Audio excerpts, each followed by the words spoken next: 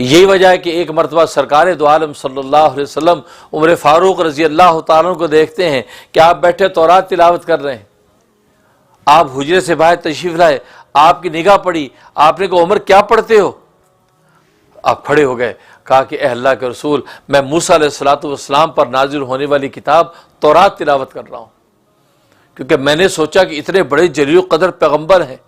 ان کو اللہ تبارک و تعالی نے جو کتاب عطا کی ہے اس کے اندر کیا علوم و معارف ہوں گے، اس میں کیا مناجات اور فریادیں ہوں گی، کیا دعائیں اور احوال ہوں گے، میں اس لیے اس کی تلاوت کر رہا ہوں۔ اور یہ اپنے نظام میں، اپنے اس میں مگن میں یہ سارے تفصیلات بیان کر رہے ہیں، اور رسول اللہ صلی اللہ علیہ وسلم کا چہرہ غصے سے سرخ ہو رہا ہے، اور یہ بڑے شوق سے ہر چیز بتا رہے ہیں۔ ادھر ابو بکر صدیق رضی اللہ تعالیٰ عنہ کھڑے ہوئے، انہوں نے کونی ماری عمر کو، کہا کہ عمر رسول اللہ کے چہرے انور کو نہیں دیکھتے، دیکھو غضب سے سرخ ہو رہا ہے، کیونکہ آپ کی عادت شریفہ تھی، آپ کی یہ فطرت تھی، جب آپ کو غصہ آتا تھا تو آپ کے یہ چہرے گالیں سرخ ہو جاتی تھی، اور بعض صحابہ اس کو یوں تعبیر کرتے ہیں، یوں سرخ ہو جاتی تھی جیسے گالوں میں جو ہے انار نچوڑ دیا گیا ہو، انار نچوڑتے تو سرخ ہو جاتی ہیں، ایسے سرخ ہو جاتی گالیں غصے سے۔ کہا کہ دیکھتے رسول اللہ کا غضب، نگاہ اٹھائی، آپ کا چہرہ غصے سے ختم، فوراً گھبرا گئے۔ رضیت باللہ ربا وبالاسلام دینا وبمحمد صلی اللہ علیہ وسلم نبیا، کیونکہ آپ کے غضب کے وقت یہ جب پڑھ لیا جاتا تھا آپ کا غضب جو ہے وہ نرم ہو جاتا، تو فوراً پڑھنے لگا رضیت باللہ ربا، میں راضی ہو گیا اللہ کو اپنا رب بنا کر، وبالاسلام دینا، میں راضی ہو گیا اسلام کو اپنا دین بنا کر، اور میں راضی ہو گیا محمد صلی اللہ علیہ وسلم کو اپنا نبی بنا کر۔ اس کو جب دہرانے لگے تو آپ کا غصہ فر ہوا، اور آپ نے کہا کہ عمر والذی نفسی بیدی، قسم اس ذات کی جس کے قبضہ قدرت میں میری جان ہے، کہ لو کانا موسیٰ حیٌ، آج اگر موسیٰ زندہ ہو کر آ جائے تو اس موسیٰ کو بھی میری پیروی کیے بغیر کوئی چارہ نہیں، میری پیروی کرنی پڑے گی اس کو، بھلے وہ اپنے وقت میں کتنا بڑا جلیل القدر پیغمبر ہے، جس کی عظمت شان سن کر تو اس کی تورات پڑھنے لگ گیا ہے، لیکن وہ موسیٰ خود بھی اگر آج آ جائے تو میری پیروی کے بغیر اس کا کوئی چارہ نہیں ہے، کرنی پڑے گی بھائی۔ اور تم اس کی کتاب تورات پڑھتے ہو، میں تمہارے لیے قرآن لے کر آیا ہوں۔ مطلب یہ ہے کہ تمہیں اب حاجت نہیں ہے تورات پڑھنے کی، اس لیے کہ تورات کے تمام علوم و معارف اللہ تبارک و تعالی نے قرآن میں بند کر دیے ہیں، اس لیے تو فرمایا فیہا کتب قیمہ، سب کے سب اس کے اندر موجود ہے۔ تو آپ جو ہدایت لے گا، اتنی عالمگیر ہدایت لے کر ہے کہ جس کو خود اللہ تبارک و تعالی نے فرمایا قل ان ھدی اللہ ھو الھدی، اللہ کی ہدایت ہی اصلی ہدایت ہے،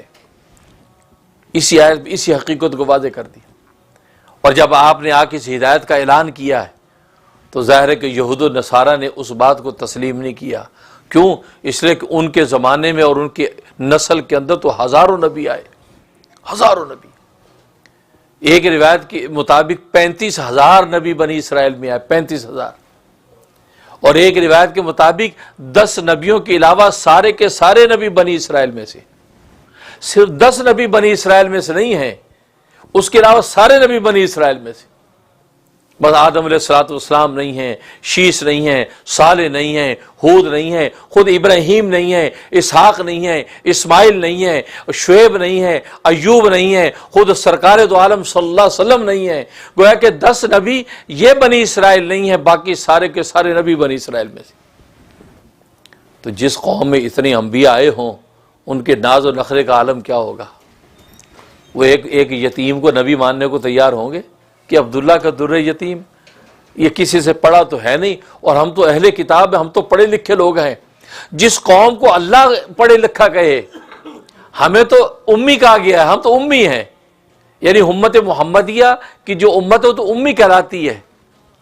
یہ تو ان پڑھ ہے، پڑھی لکھی نہیں ہے، نبی بھی امی ہیں۔ اور جس قوم کو خود اللہ تبارک و تعالی اہل کتاب کہیں، یا اہل کتاب، اہل کتاب یعنی اہل علم، جن کو اہل علم خود مانے، اور جن کی نسل کے اندر 10 کے علاوہ سارے انبیاء پیدا ہوئے ہوں، ان کے تکبر اور غرور کا عالم کیا ہوگا؟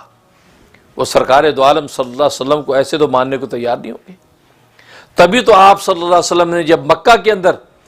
اپنی نبوت کا اعلان کیا تو وہ مدینہ سے بیٹھ کر مکے والوں کو شبہات اور سوالات دیا کرتے تھے، یہ سوال پوچھو، یہ سوال پوچھو، یہ شبہ پیش کرو، یہ اعتراض کرو، کیوں کہ اس لیے کہ ہم تو نبیوں کی اولادیں ہیں، ہمیں پتہ علم کیا ہوتا ہے، ذرا اس کا ٹیسٹ لو۔ اور سرکار دو عالم صلی اللہ علیہ وسلم کی اللہ دستگیری فرماتے تھے، جبرائیل امین کے ذریعے سے آپ سوالوں کا جواب دیتے تھے۔ جب مدینہ طیبہ آ گئے تو اب تو اور ان کو تکلیف ہو کہ اب تو ہماری چودرات پر ہاتھ پڑے گا، کیونکہ مدینہ کے چودھری بنے ہوئے تھے، کیونکہ وہاں کے جتنے انصار تھے وہ ان کو بڑا مشیر سمجھتے تھے، ان پر نذرانے پیش کرتے تھے، حلوے مانڈے دیتے تھے، اپنی پنچایتوں میں ان کو جناب سردار بنا کے بٹھاتے تھے۔ اب سرکار دو عالم صلی اللہ علیہ وسلم تشریف لے آئے اور آپ نے کہا کہ میرے ہاتھ پر ایمان لے آؤ، تو بھلا یہ برداشت ہوگا؟ اس سے تو قرآن نے کہا کہ بغض اور اناد کا شکار ہو گئے، ان میں بغض و اناد پیدا ہو گیا اور انہوں نے سرکار دو عالم صلی اللہ علیہ وسلم پر اعتراضات شروع کر دیے، یہاں تک کہ آپ کی جان کے دشمن ہو گئے، آپ کو جو ہے شہید کرنے کی متعدد بار کوشش کی۔ اور جبکہ سرکار دو عالم صلی اللہ علیہ وسلم کا عالم یہ ہے کہ جب آپ مکہ مکرمہ میں تھے، اس وقت جب کوئی شریعت کی واضح ہدایات نہیں آئی تھی تو آپ یہودیوں کے طرز عمل کو اختیار کرتے تھے، یہاں تک کہ سر کے بال بہانا، بال کی مانگ کیسے نکالے، کوئی ہدایت اپنی کو نہیں آئی تھی، نبوت آپ کو 40 سال کے بعد ملی، تب تفصیلی ہدایات آپ کو ملی۔ تو اس وقت آپ یہودیوں کا طریقہ تو بالوں کی مانگ پیچھے کرتے تھے، تو آپ بھی پیچھے کرتے تھے۔ جب اللہ کی طرف سے آپ کی شریعت کی ہدایت آپ کو ملی کہ آپ ناک کی سیٹ سے 2 درمیان میں سے مانگ نکالیں، پھر آپ نے درمیان میں سے مانگ نکالنا شروع کی،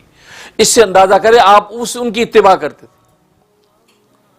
یہاں تک کہ اللہ تبارک و تعالی نے آپ کو بیت المقدس کی طرف منہ کرنے کا حکم فرما دیا۔ آپ مکہ میں رہتے ہوئے بیت المقدس کی طرف منہ کر رہے ہیں، لیکن میں نے عرض کیا تھا کہ اس انداز سے کر رہے تھے کہ آپ رکن یمانی کی طرف کھڑے ہوتے تھے، بیت اللہ بھی آپ کے سامنے ہوتا تھا اور اسی ڈائریکشن میں آگے بیت المقدس بھی آپ کے سامنے ہوتا تھا۔